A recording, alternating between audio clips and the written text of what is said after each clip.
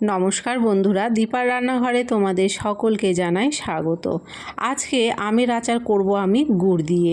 আর আজকে আমের আচার তৈরি করতে কিন্তু কোনো রকমের জল ব্যবহার করব না। কিভাবে আজকে আমের আচারটা জল ছাড়া আমি তৈরি করছি পুরো ভিডিওটা দেখো, তাহলে তোমরাও কিন্তু খুব সহজেই বানাতে পারবে। কোনো রকম জল ছাড়া এইভাবে যদি আমের আচার তোমরা বানিয়ে রাখতে পারো তাহলে 1 বছর পর্যন্ত কিন্তু ঘরে সংরক্ষণ করতে পারবে। কোনো রকমভাবে কিন্তু এই আমের আচার নষ্ট হবে না। তো চলো ভিডিওটি তোমাদের শেয়ার করে দিই।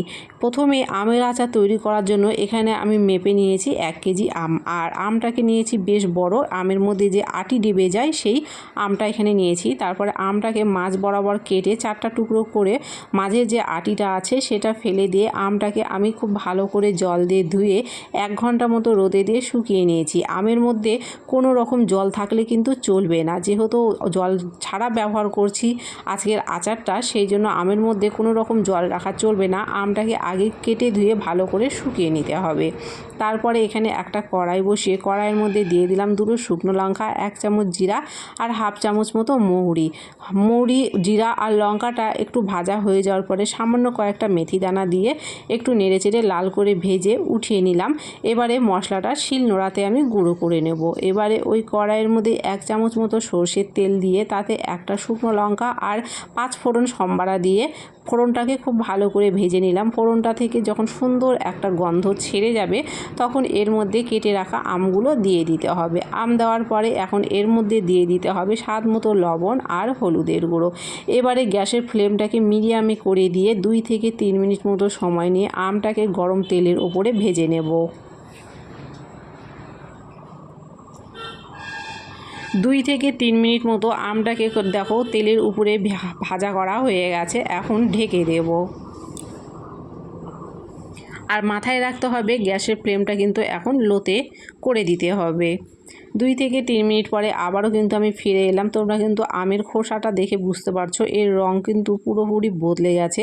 এরকমভাবে কিন্তু আমটা আমাদেরকে একটু সময় নিয়ে ভেজে নিতে হবে। আর এর মধ্যে কোনো রকমের জল দেব না, যেহেতু লবণ দেওয়া আছে আম থেকে কিন্তু নিজস্ব একটা জল বেরোবে। এখন এখানে দিয়ে দেব গুড়। 1 কেজি আমের জন্য এখানে আমি ব্যবহার করছি হাফ কেজির মতো গুড়। যেহেতু আজকের আচারটা একটু টক ঝাল মিষ্টি হবে, সেই জন্য গুড়ের পরিমাণটা আমি একটু কম ব্যবহার করেছি। তোমরা একটু মিষ্টি বেশি খেতে চাইলে গুড়ের পরিমাণটা একটু বাড়িয়ে দিতে পারো।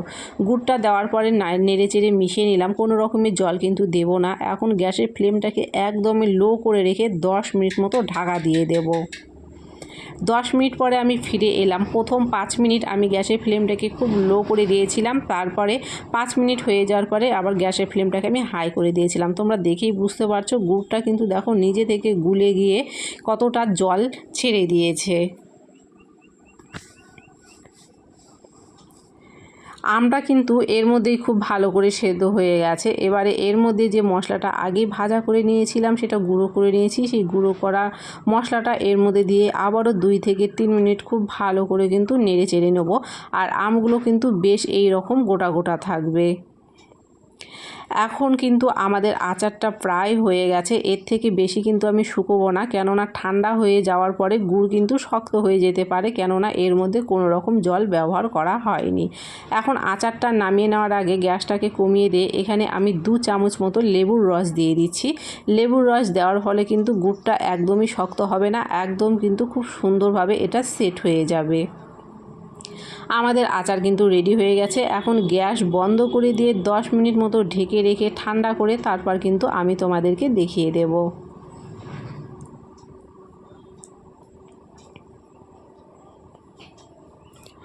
10 মিনিট পরে ফিরে এলাম। দেখো এখন কিন্তু আচার পুরোপুরিভাবে ঠান্ডা হয়ে গিয়েছে, হালকা একটু গরম আছে।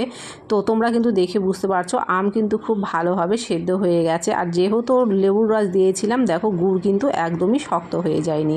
তো কেমন লাগলো আজকের রেসিপি অবশ্যই কমেন্ট করো, ভালো লাগলে অবশ্যই লাইক করো, ভিডিওটাকে শেয়ার করো। চ্যানেলে যদি নতুন হয়ে থাকো, চ্যানেল যদি সাবস্ক্রাইব না করা থাকে অবশ্যই চ্যানেলটি সাবস্ক্রাইব করে পাশে থাকা বেল বাটনটি প্রেস করে দিও, তাহলে আমার দেওয়া সুন্দর সুন্দর রেসিপিগুলি সবার আগে পৌঁছে যাবে তোমাদের কাছে।